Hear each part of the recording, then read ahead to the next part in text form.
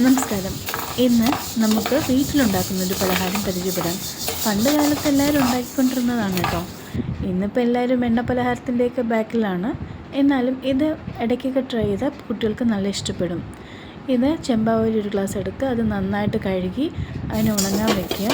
ഉണങ്ങിയതിന് ശേഷം കുറച്ച് കുരുമുളകും കൂടെ ചേർത്തിട്ട് നന്നായിട്ട് വറുത്തെടുക്കുക.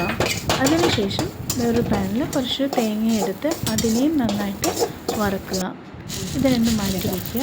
ഇത് തണുത്തതിന് ശേഷം മിക്സിയുടെ ജാറെടുത്ത് കുറച്ചായിട്ടിട്ട് അടിച്ചെടുത്താൽ മതി കേട്ടോ. ഇല്ലെങ്കിൽ ചിലപ്പോൾ നന്നായിട്ട് പൊടിഞ്ഞ് കിട്ടത്തില്ല. നന്നായിട്ട് പൊടിച്ച് വയ്ക്കുക. പിന്നെ നമുക്ക് ശർക്കര പാനി ഉണ്ടാക്കാം.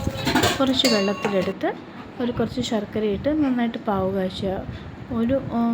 ഒരുപാട് പാവൊന്നും വേണ്ടെങ്കിൽ കുറച്ച് നന്നായിട്ട് പാവ് കാച്ചണം. കാച്ചിയതിന് ശേഷം ഒഴിക്കുന്നത് പോലെ ഒഴിച്ച് നന്നായിട്ട് ഇളക്കി ആ ചെറിയ ചൂടോടുകൂടി തന്നെ ഈ അരിയിൽ ഒഴിക്കണം കേട്ടോ. ഇല്ലെങ്കിൽ ആ ഒരു സോഫ്റ്റ്നെസ് നമുക്ക് ഉരുട്ടാനൊക്കെ ഇച്ചിരി പ്രയാസമായിട്ട് വരും. അതുകൊണ്ട് ആ ചെറിയ ചൂടിൽ തന്നെ അത് ഒരുപാട് തണുക്കരുത്, ചെറിയ ചൂടിൽ തന്നെ നമ്മൾ അരിയിലോട്ട് ഒഴിച്ചു കൊടുത്ത് നല്ലവണ്ണം മിക്സ് ചെയ്ത് എടുക്കണം.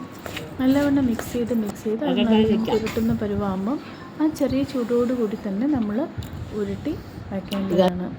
ഇത് നല്ല രീതിയിൽ ചെയ്ത് വെക്കുകയാണെങ്കിൽ നമുക്ക് കുറച്ച് നാൾ ഉപയോഗിക്കാം. ഒരാഴ്ചയ്ക്ക് കൂടുതൽ നമുക്ക് നല്ലതുപോലെ വെളിയിൽ വെച്ചാൽ ഉപയോഗിക്കാം.